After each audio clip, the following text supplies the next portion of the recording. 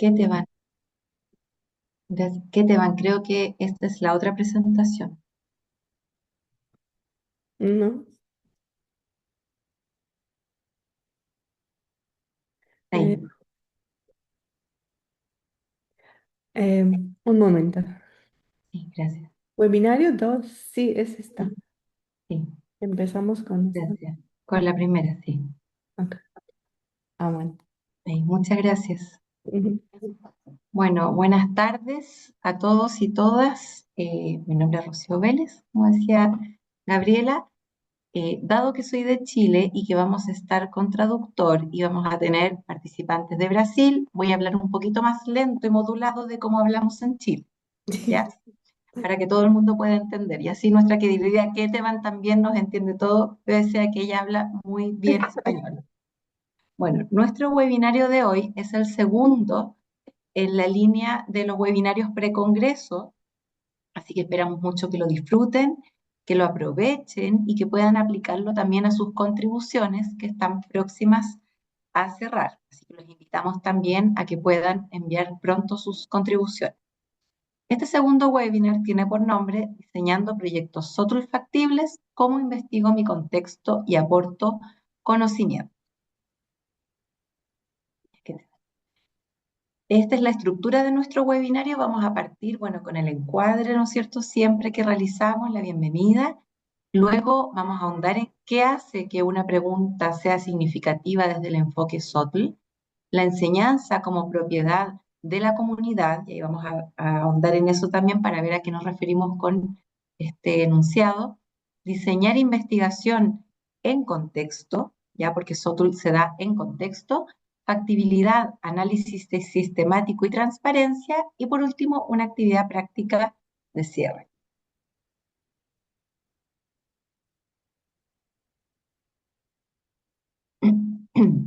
Entonces, ¿qué hace que una pregunta sea significativa para SOTL? Nosotros nos estamos basando en este momento, al igual que en el primer webinar, en el manual de SOTL que generó Peter Felten, Nancy Chick y la última autora que, disculpen, no la recuerdo en este momento, pero son de la Universidad Peter Felten es de la Universidad de Elon, de la misma universidad donde trabaja Ketevan, ¿ya? Así que nos estamos basando en ese manual para poder generar estos webinarios. Y les presento a continuación una cita de la autora Pat Hopkins, que dice, cada campo académico y profesional se define por las preguntas que formula. Y ahora vamos a ver por qué. Bueno, ¿qué hace que una pregunta sea significativa desde SOTL? Para quienes no han aplicado nunca SOTL, Scholarship of Teaching and Learning, o enseñanza y aprendizaje académica, o enseñanza y aprendizaje en la investigación universitaria, como deseen llamarlo, ¿ya? Eh, es una indagación, tiene que ser valiosa, ¿ya? ¿Valiosa para quién? Para el docente, para los estudiantes, para la comunidad. Tiene que nacer de interrogantes que le interesen al docente. Por eso es situada, ¿ya? Por eso es contextualizada, que después que lo va a explicar con más profundidad. Y tiene que tener un impacto real en el aprendizaje. Este es otro tipo de investigación, así como este es situado en el aprendizaje en el aula para el docente. No busca respuestas fáciles ni remedios rápidos, ya como algunos pueden creer, esto es una investigación que se hace rápido, punto datos, los muestro. No, busca profundidad, ¿ya? La pregunta más importante que puede hacerse el docente es, para solucionar un problema, es ¿qué está pasando realmente en el aula? ¿Qué está pasando aquí? ¿Ya?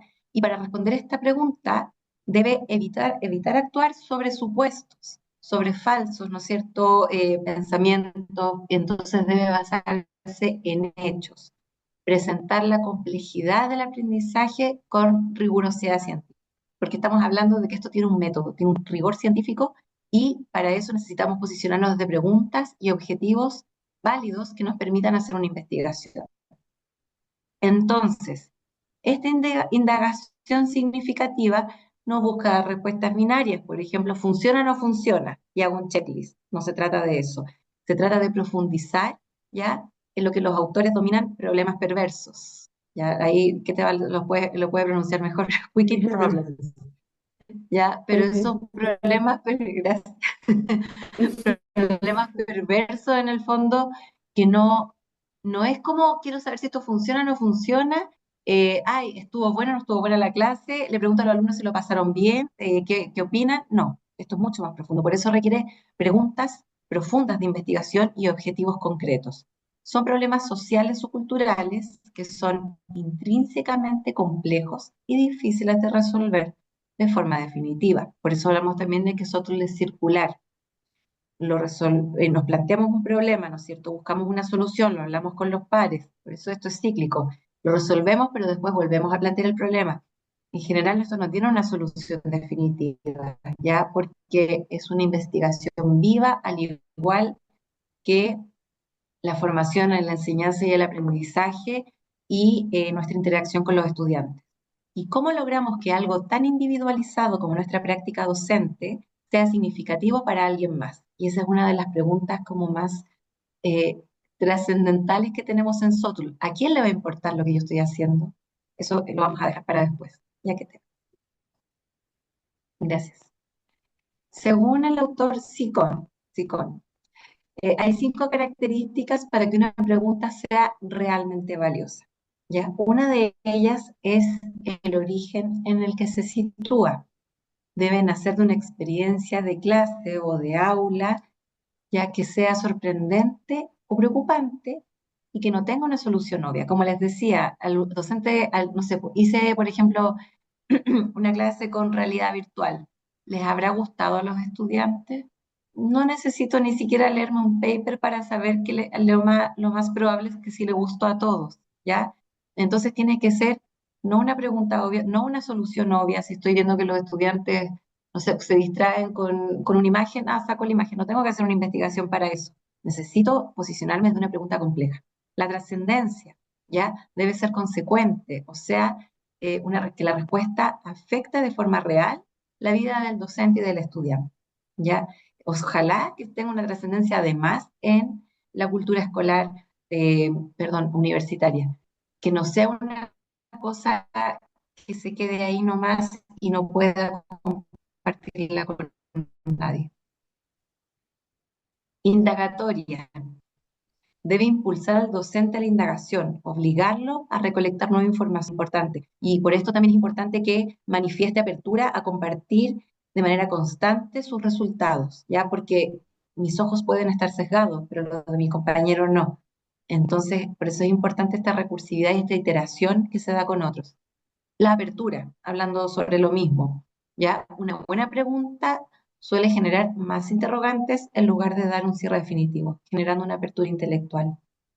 Y potencial, debe ayudar a entender y explicar temas más grandes del aprendizaje humano, yendo más allá del problema específico del que surgió. Ojalá nuestras preguntas tengan potencial. No siempre vamos a lograrlo, pero esperamos que así sea. Seguramente al principio no, pero después con la trayectoria, ¿no es cierto? Y con el aprendizaje de hacer SOTL, lo podamos lograr. Ya que Bueno, y tomando uno de este manual de SOTL, que ahí abajito está el nombre, que es la guía SOTL, ¿ya? Ahí está, Mattenson, que es la última autora que me había olvidado su apellido. Esto es la categorización de preguntas de indagación desde SOTL. Entonces, podemos preguntarnos, ¿qué funciona? ¿Qué es? Visiones de lo posible. Formulación de un nuevo marco conceptual para moldear el pensamiento sobre la práctica. ¿Qué funciona? Por ejemplo, buscamos evidencias sobre la efectividad relativa de distintos enfoques. ¿Qué funciona? Y ahí podemos posicionarnos desde los que no, desde lo que funciona, desde mi práctica en este momento, o qué funciona al leer literatura. Eso es súper importante. Busquemos literatura, ojalá actualizada, últimos 10 años, no más. Veamos qué hay, qué funciona y qué no funciona. No inventemos la rueda. Ya estamos aquí para ver realmente qué soluciones puedo buscar a mi problema. ¿Qué es? Describiendo qué aspectos tiene por ejemplo, un enfoque particular o intervención, ¿cuáles podrían ser sus características constructivas? O sea, explicarme qué es, qué estoy haciendo. Visiones de lo posible, de preguntarnos en todo momento, ¿qué pasaría si? ¿Qué pasa si intento esto? ¿Qué pasa si intento esto otro? Y ahí de nuevo, la invitación es a buscar bibliografía, qué hay, qué se ha hecho. Ya no tenemos para qué hacer ensayo y error nuevamente de cosas que ya no funcionan. Por ejemplo, un ejemplo que siempre le doy a la gente cuando hago capacitación, a los profesores. Estilos de aprendizaje. ¿Funcionan o no funcionan? No funcionan. Tenemos más de 60 años de evidencia de que no funcionan, ya que no tienen ningún sustento científico. ¿Para qué voy a intervenir mi curso con estilos de aprendizaje si ya hay evidencia científica de que no funciona? Y por último, formulación de un nuevo marco conceptual para moldear el pensamiento sobre la práctica, o sea, conducir a una nueva forma de entender o construcción de la teoría. Entonces, esto es preguntarnos, ¿qué nos ayuda esto a entender en última instancia? Ver cómo me voy a posicionar desde esta nueva perspectiva. Esto quiere decir tener eh, apertura de mente para poder flexibilizar, desaprender y volver a aprender y no quedarme en mis pensamientos iniciales, en mis conceptos que tenía ya anclados, sino decir, bueno, si esto no funcionaba, podemos cambiarlo. Ya que te va. Y la transformación de la pregunta de lo anecdótico a lo significativo. Esto es sumamente importante. En un principio, cuando uno empieza a hacer investigación en SOTL, se van a dar cuenta que las preguntas que surgen son como bien básicas y está bien, de ahí tenemos que partir, ya, ¿no es cierto? Yo tengo un problema, por ejemplo, mis alumnos no leen. ¿Me puedo quedar en eso? Pasa mucho cuando uno hace reuniones con docentes y dicen, mis alumnos no leen porque no les interesa. ¿Y qué hacemos? Nada, no les interesa. Y nos quedamos ahí. Y eso pasa mucho, mucho en la academia. Uno irá más allá, ya mis alumnos no leen, les quito el celular en clase. Bueno, mis alumnos no leen, les voy a dar más literatura para después en la prueba castigarlos. Ya, ninguna de esas soluciones es posible que no funcionen. Pero el punto de partida está bien. ¿Cuál es mi dolor? Mis alumnos no leen. O no participan en clase, muy típico. O la tecnología de la sala no sirve. Eso también pasa mucho cuando metemos nuevas tecnologías y nadie capacita a los profesores. ¿Cuál sería mi refinamiento a través de SOTL? ¿Cómo debiera quedar una pregunta si mi dolor es mis alumnos no leen? ¿Qué barreras lingüísticas o de interés encuentran al leer textos del siglo XVIII? Ahí ya transformé totalmente esta pregunta, ¿no es cierto? O este dolor inicial. ¿O no participan en clases? ¿Cómo influye la identidad del género en la disposición a participar en debates de ética? Le doy un contexto, lo sitúo. Quizás esto es muy complejo, podría ser mucho más sencillo, pero esto ya es darle un contexto específico. Y también podría ser más sencillo, mis alumnos no leen. Eh, Podría ser, si selecciono una técnica, por ejemplo, la estrategia metodológica de Flip Learning. Es posible que mis alumnos accedan a los videos y a la lectura de una manera más amigable. Ya, ese también podría ser más situado y más sencillo. Y la tecnología nos sirve de qué manera las aulas de aprendizaje activo influyen específicamente en el compromiso efectivo de los estudiantes. Ya esto podría ser un paso más, ¿cierto? Pero podría haber pasos intermedios más sencillos de cómo acercarnos a este dolor. Ya, por ejemplo, no participan en clases. Perfecto, puedo quizás introducir una metodología activa distinta, así como lo introdujimos, perdón, en el Flip Learning con los alumnos no leen, en la participación de clases. No, perfecto, no quieren participar en clase. ¿Y qué pasa si les doy protagonismo y hago un aprendizaje basado en problemas o en proyectos para ver si cambia el nivel de participación? ¿Ya? Entonces, eso ya es investigable y de ahí surge una buena pregunta de investigación. Ya que Y la enseñanza como propiedad de la comunidad, y aquí cito a nuestro autor Lee Schulman, para que una actividad sea académica debe ser pública, susceptible de revisión y evaluación crítica y accesible para el intercambio y uso de otros miembros de la propia comunidad. Recordemos que Schulman fue el primero que habló de la soledad académica, ¿ya? De romper con esta soledad, de acercarnos a los otros, de abrir nuestra clase, nuestra aula, nuestros problemas, nuestros dolores y compartirlos con otros para poder retroalimentarnos. Investigar en el aula para que el aprendizaje deje de ser un misterio privado y se convierta en un saber compartido. Ya, a eso nos invita Schulman. Propiedad de comunidad. ¿Qué quiere decir esto? El conocimiento sobre la enseñanza adquiere un valor cuando se comparte con otros que lo puedan validar y utilizar. Y por eso es tan importante congresos como Latin Sotl, Eurosotl, iSotl, ya la misma revista donde trabaja que te van como editora. Es súper importante que compartamos con otros. No tiene ninguna importancia o no va a tener ninguna relevancia o trascendencia si nuestra investigación queda solo en nuestra aula, más allá de impactar en nuestros estudiantes, que eso es fantástico, pero tenemos que compartirlo con otros, ¿ya? Es un acto hasta casi, es como ético, en el fondo, poder compartir lo que hacemos. El impacto en la práctica habla sobre romper con la tradición de la enseñanza como una actividad aislada en el aula, convirtiéndola en un bien común, ¿ya? Esto se relaciona con lo anterior.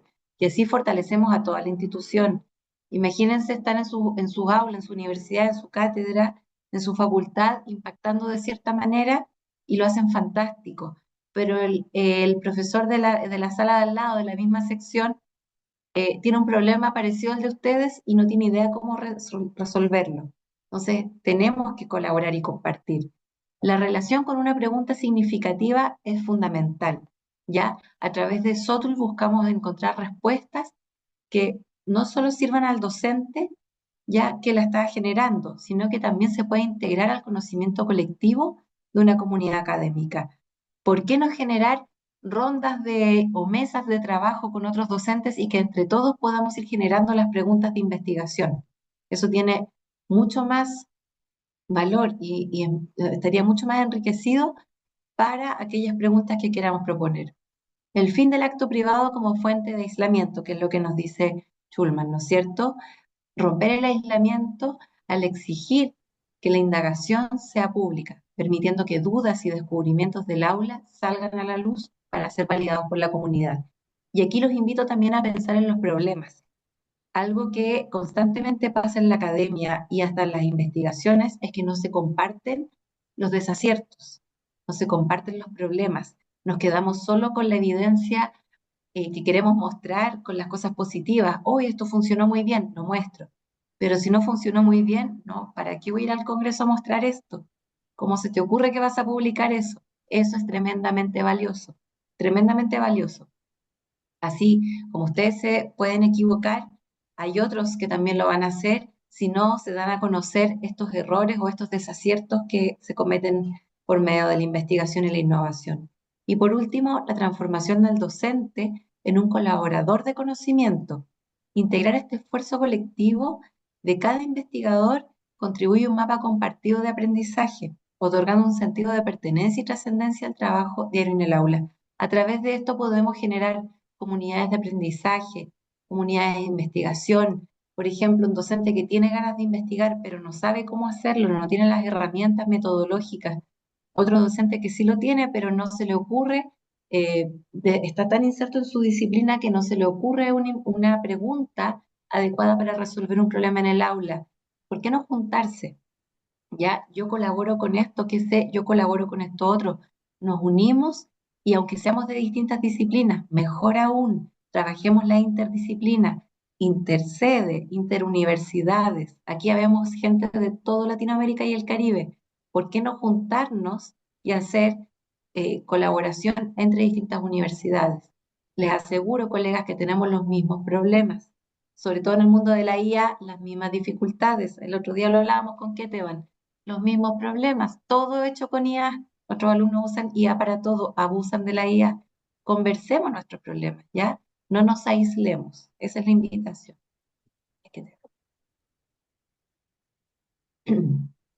El papel de la revisión por pares en la gestación de la pregunta. Investigar como un acto ético, lo que decíamos recién.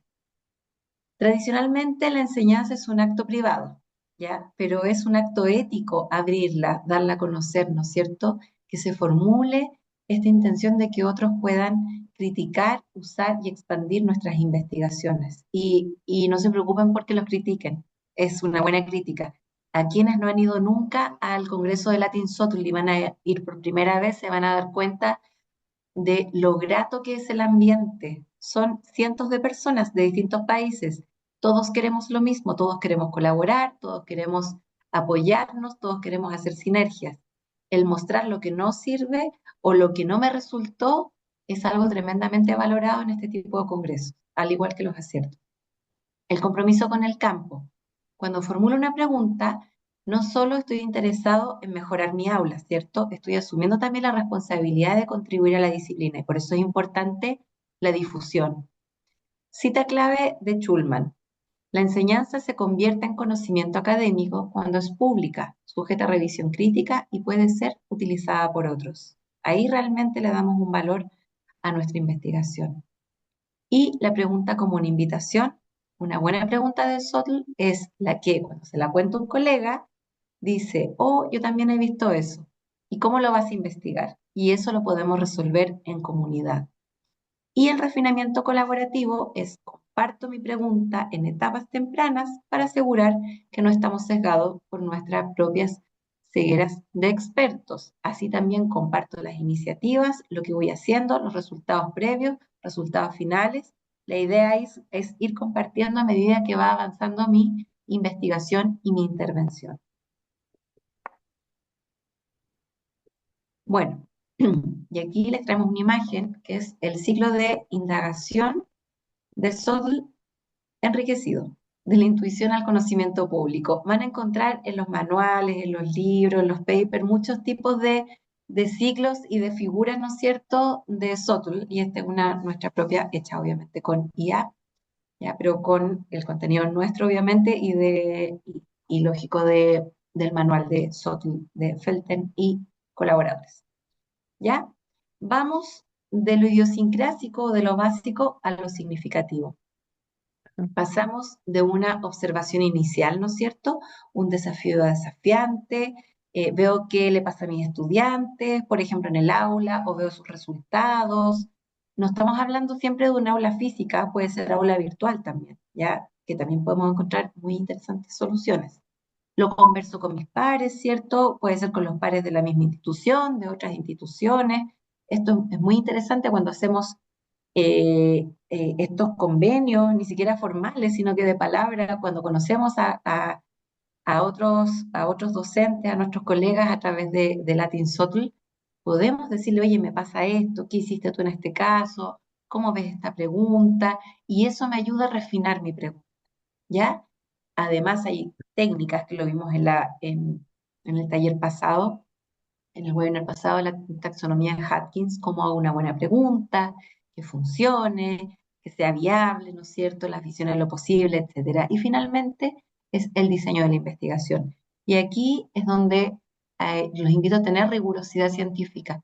Hacer SOTL no es, tomo una pregunta, empiezo a recoger los datos y después a fin de año los publico en cualquier congreso, cualquier revista que me los reciba.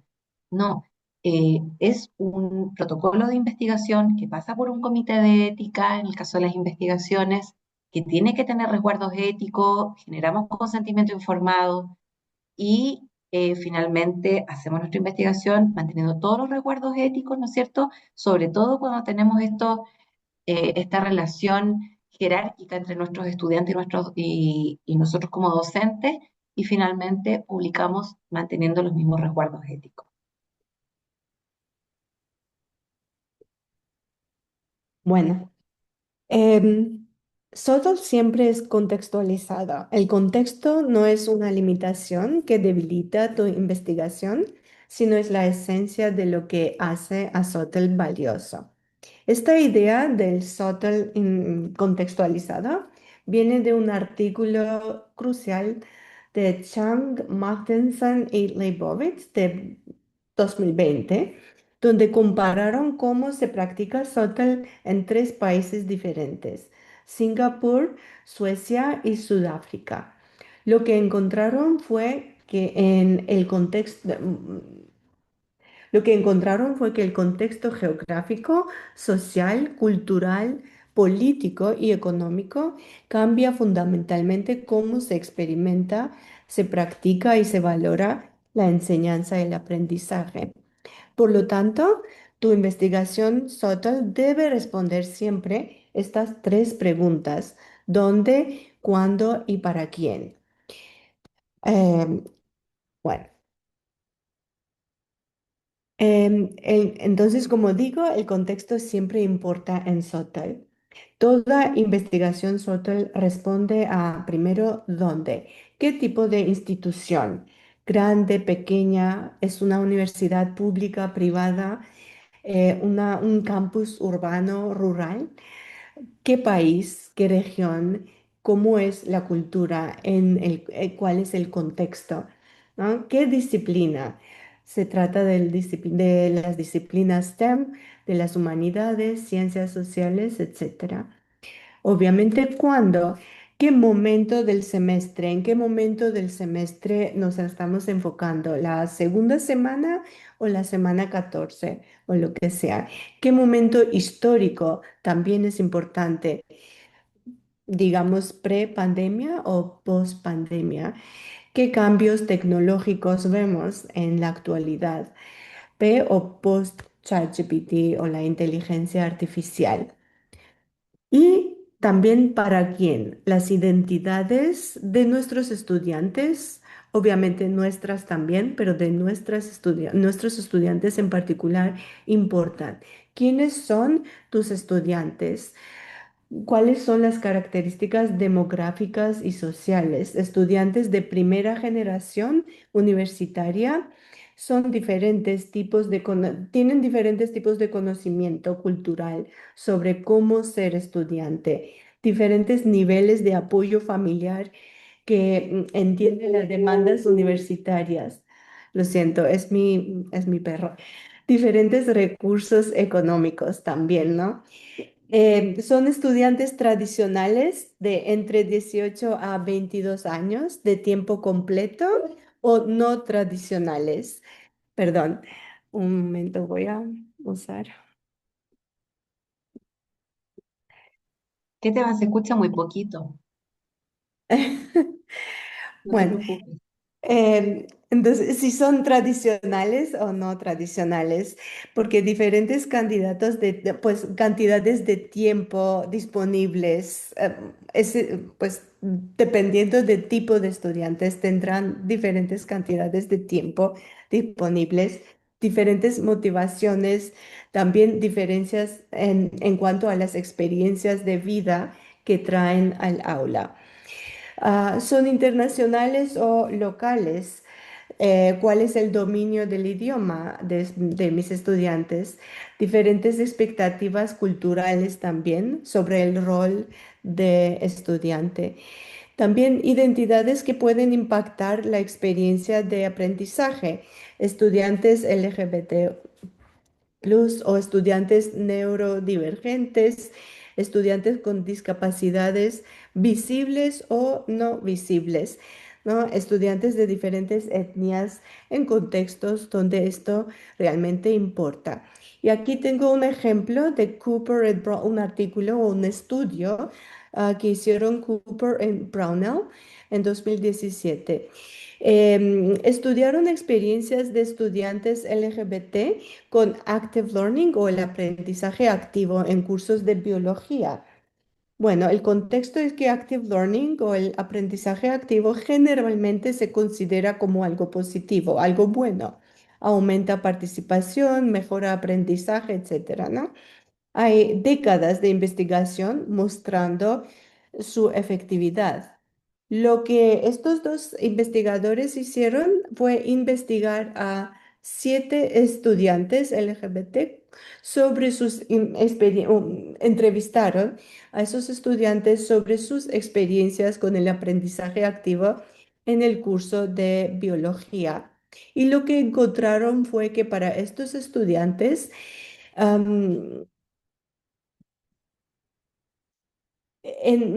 cuando están en ambientes no afirmativos, el aprendizaje activo que requiere trabajo en grupos pequeños puede ser profundamente estresante.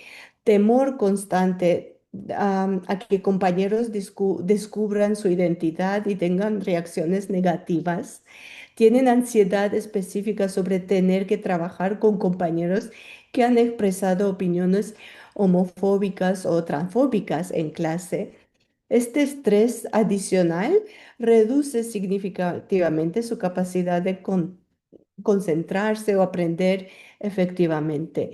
Y algunos estudiantes incluso reportaron estar tan preocupados por manejar la interacción social que no podían enfocarse en el contenido académico.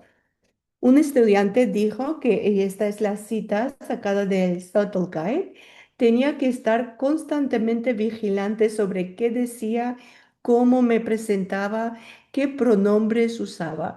No podía simplemente pensar sobre biología, dijo.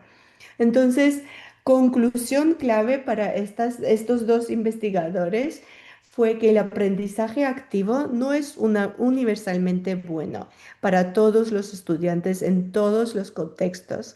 Su efectividad depende profundamente del contexto social y a quién estamos enseñando. Entonces, como dice el Subtle Guide, la investigación profundamente contextualizada puede generar conocimiento transferible cuando somos honestos y explícitos sobre este contexto. Entonces, vamos a mirar dos diseños principales de investigación en Subtle. El primero es qué es o qué está pasando y el otro es qué funciona. Aquí está la distinción fundamental entre los dos diseños, que son los diseños realmente más comunes. ¿En qué está pasando o qué es? El objetivo central es entender profundamente lo que está ocurriendo, describir con detalle, explorar fenómenos que no comprendemos bien todavía y representar la complejidad de la experiencia de enseñanza y el aprendizaje. Lo que no es ese tipo de investigación es que no busca probar que algo funciona, no busca medir efectividad y no requiere comparaciones entre grupos. Entonces, el poder de este diseño es, como dice Gary Poole, el valor de investigación que está pasando viene de representar bien la complejidad. El poder viene de entender profundamente un fenómeno específico en un contexto muy específico, revelar matices y complejidades que estudios grandes pueden perder, generar nuevas preguntas y desafiar suposiciones que ya teníamos. Entonces, para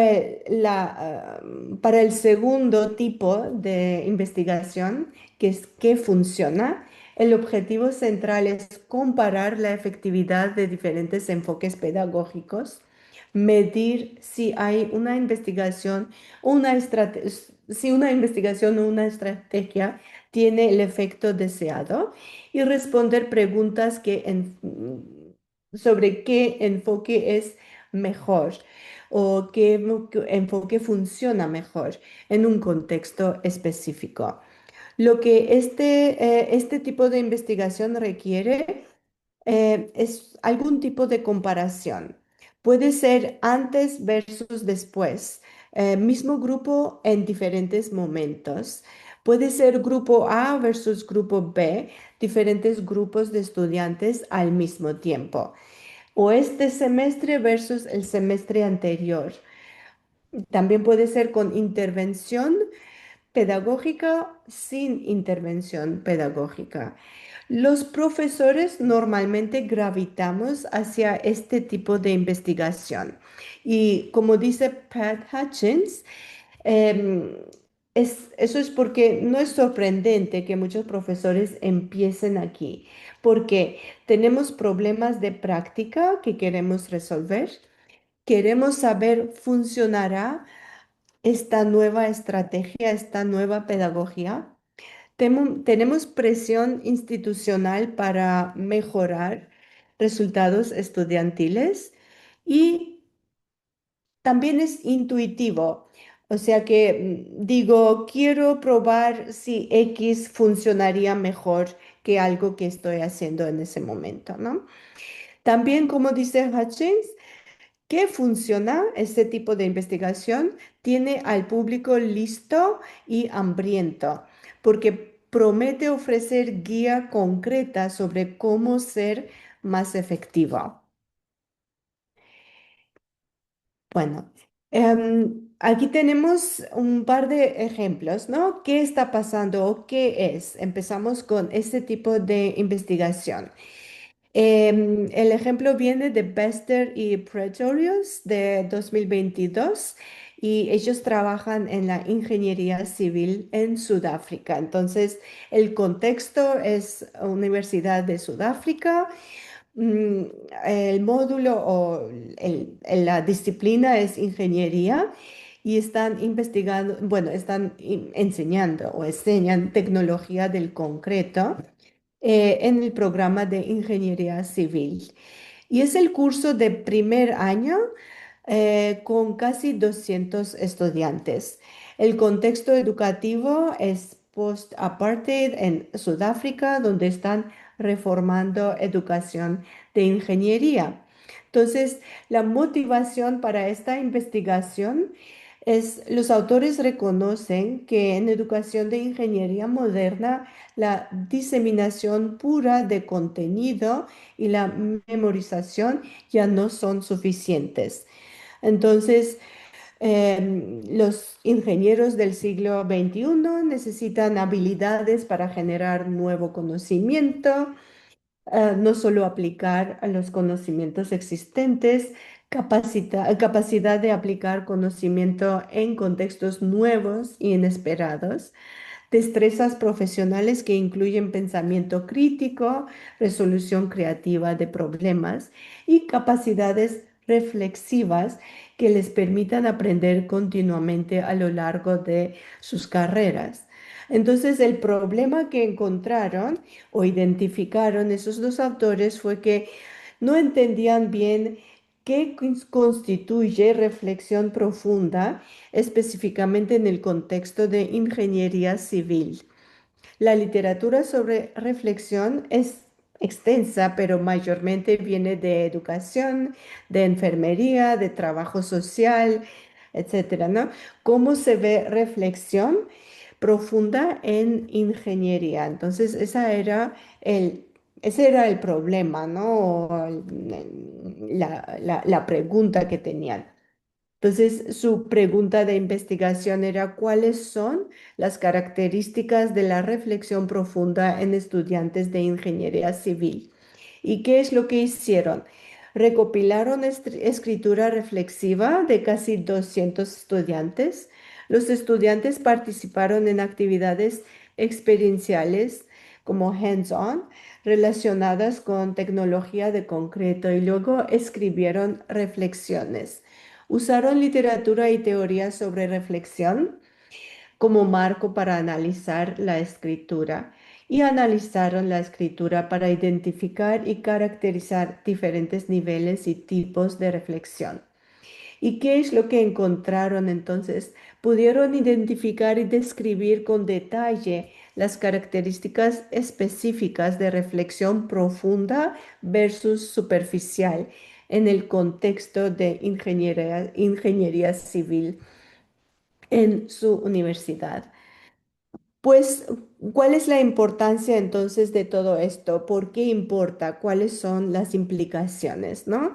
Para estos profesores, ahora pueden enseñar explícitamente estas características de reflexión profunda a sus estudiantes. Para otros profesores de ingeniería, pueden ver si estas características también aparecen en sus contextos. ¿Es esto específico de concreto, de ingeniería civil, de ingeniería en general, de ingeniería en Sudáfrica, etcétera, etcétera, ¿no? Entonces pueden adaptar y extender ese trabajo.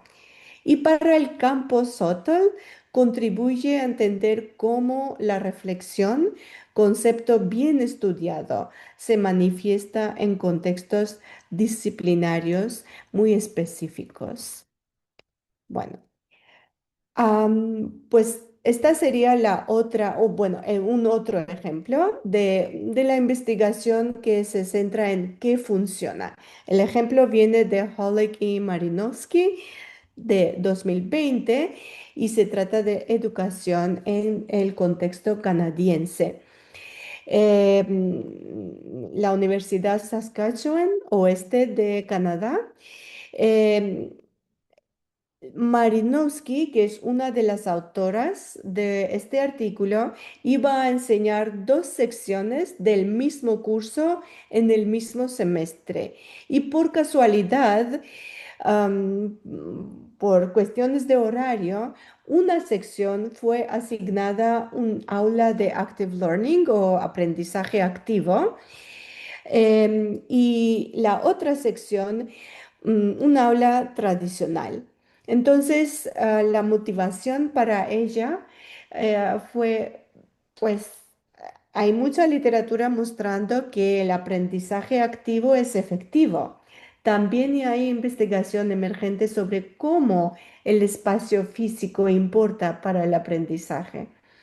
Muchas universidades están invirtiendo mucho dinero en renovar aulas para el aprendizaje activo, ¿no? Pero los dos autores querían evidencia empírica en su contexto. ¿Realmente importa el espacio físico y cuánto importa, ¿no?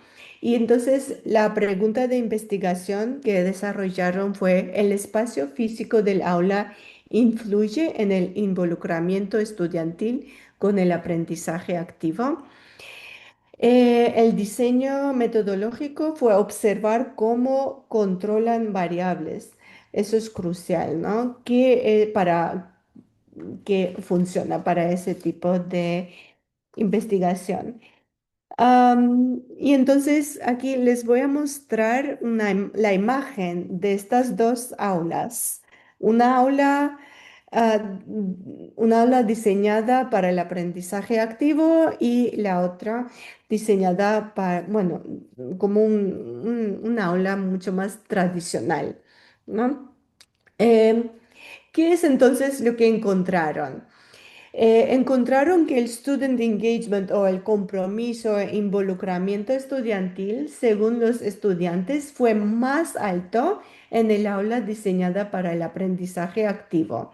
Hubo una diferencia estadísticamente significativa, pero ese compromiso también fue relativamente alto en el aula tradicional.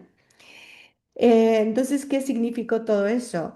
El diseño del curso, la profesora y la pedagogía tuvieron influencia significativa sin importar el espacio. No es que el aula tradicional fuera un desastre, el aprendizaje activo funcionó razonablemente bien, incluso en el espacio no ideal, ¿no? Sin embargo, el aula diseñada para el aprendizaje activo sí hizo diferencia real.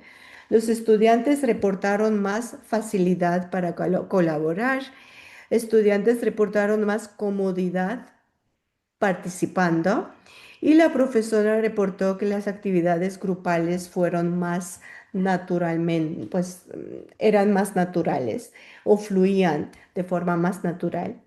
Y en conclusión, el ambiente físico, dijeron los autores, es importante para lograr mejor participación y colaboración estudiantil, pero también el ambiente físico no es todo.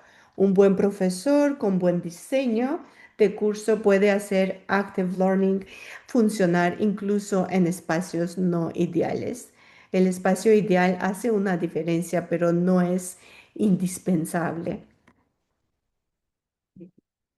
Bueno, ahora que entendemos qué es un proyecto, qué está pasando o qué es, veamos los pasos concretos para diseñar uno. El primer paso sería identificar algo sobre aprendizaje estudiantil que quieres entender. Las preguntas podrían ser, ¿qué te intriga sobre cómo aprenden tus estudiantes? ¿Qué te confunde o sorprende? ¿Qué suposiciones tienes sobre tus estudiantes que tal vez no sean correctas? ¿Qué aspecto de aprendizaje estudiantil no entiendes completamente? El segundo paso sería, em, ¿qué está pasando con estos estudiantes ahora en mi contexto? Las preguntas tienen que ser específicas y contextualizadas. Em,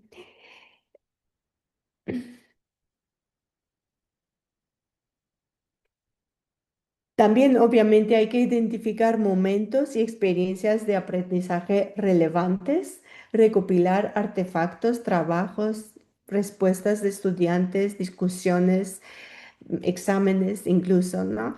Y analizar para entender qué es lo que está pasando.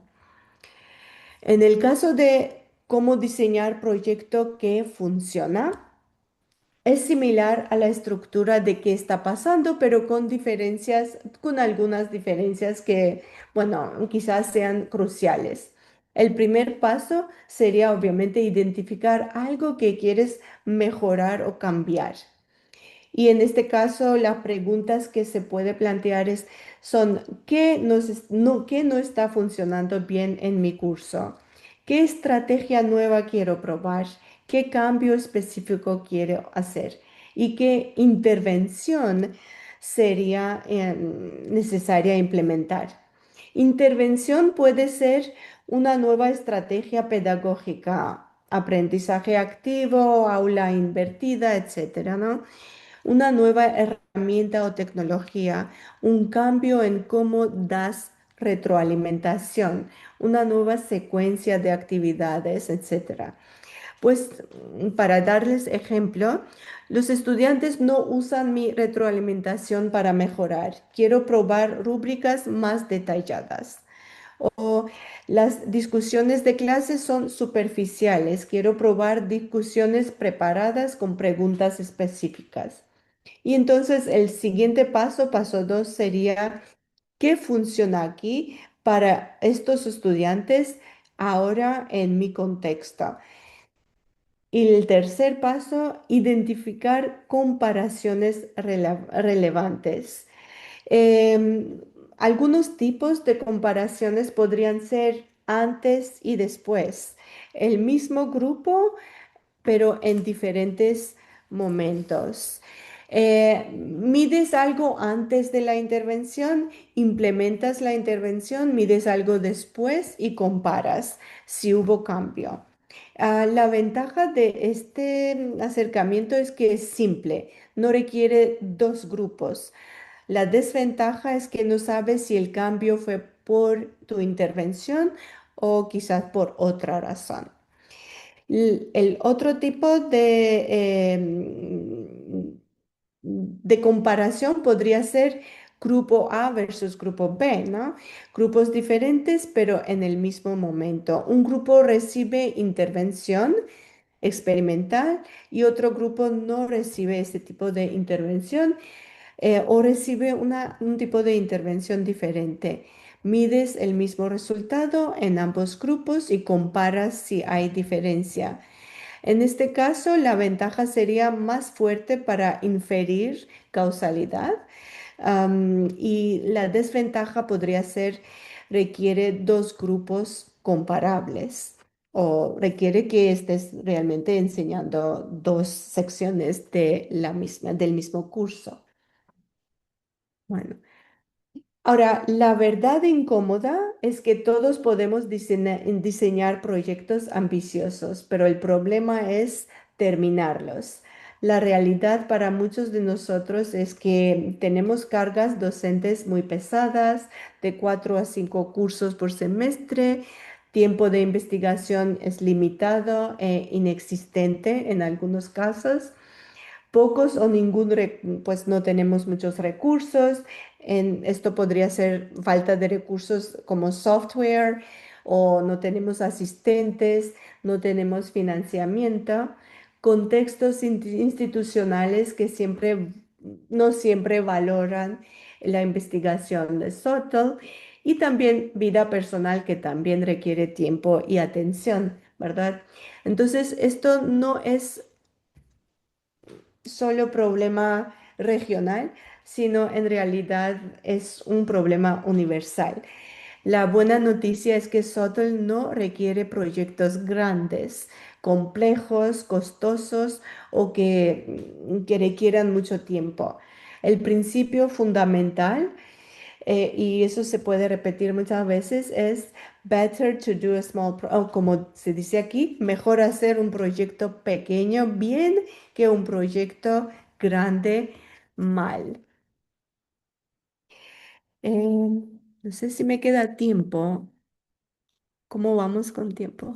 ¿Como 5 minutos más? Ok. Entonces, 5 consideraciones de factibilidad. Estas 5 consideraciones te ayudan a evaluar honestamente si tu proyecto es realista.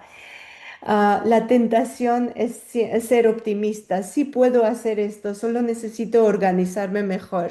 Pero la realidad es que necesitas ser brutalmente honesto, honesta contigo sobre tus limitaciones. Entonces, limitaciones de tiempo. ¿Cuánto tiempo tengo para realísticamente, ¿no? Am, am, recursos, ¿qué recursos están disponibles? En cuanto al software, ¿no? Si tengo acceso a software de de análisis cualitativo o cuantitativo. Em, También la experiencia, qué métodos ya conozco. Tu disciplina debe ser tu fortaleza. La regla práctica es, si es tu primer proyecto SOTL, usa métodos que ya conoces. En proyectos subsecuentes, ¿no? O próximos, puedes expandir gradualmente. El contexto institucional, ¿qué apoyo me presta mi institución o cómo me limita mi institución? Tu institución si requiere aprobación ética, ¿cuánto tarda esa aprobación ética y qué papeleo requiere? La estrategia, pues la buena estrategia es que empieces el proceso temprano. También si la institución valora SOTL para promoción, hay centros de enseñanza que apoyan SOTL. Si no hay apoyo, hay que buscar otra comunidad fuera de tu institución.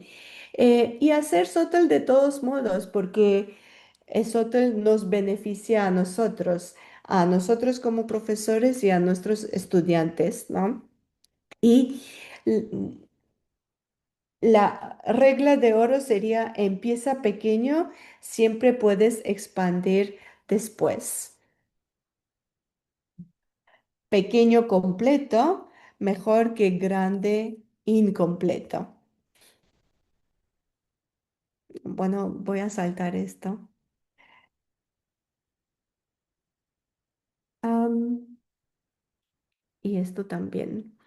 Bueno, em, me gustaría hablar un poquito sobre esta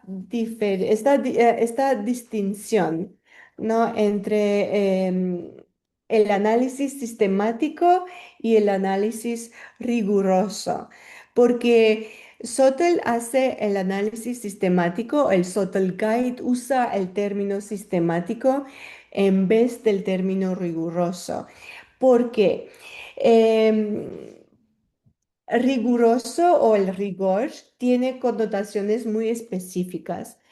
Se asocia con método científico estricto, implica estándares inflexibles y puede implicar que solo hay una manera correcta de hacer investigación.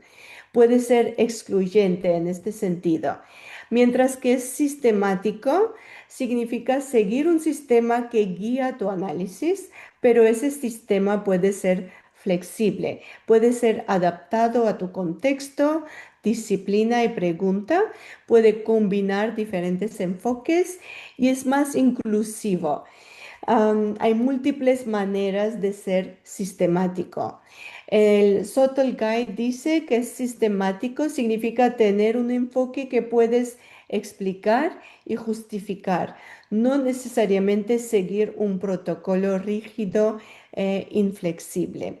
Entonces, en este caso, en ese sentido, esa apertura es importante porque Subtle abraza diversidad metodológica.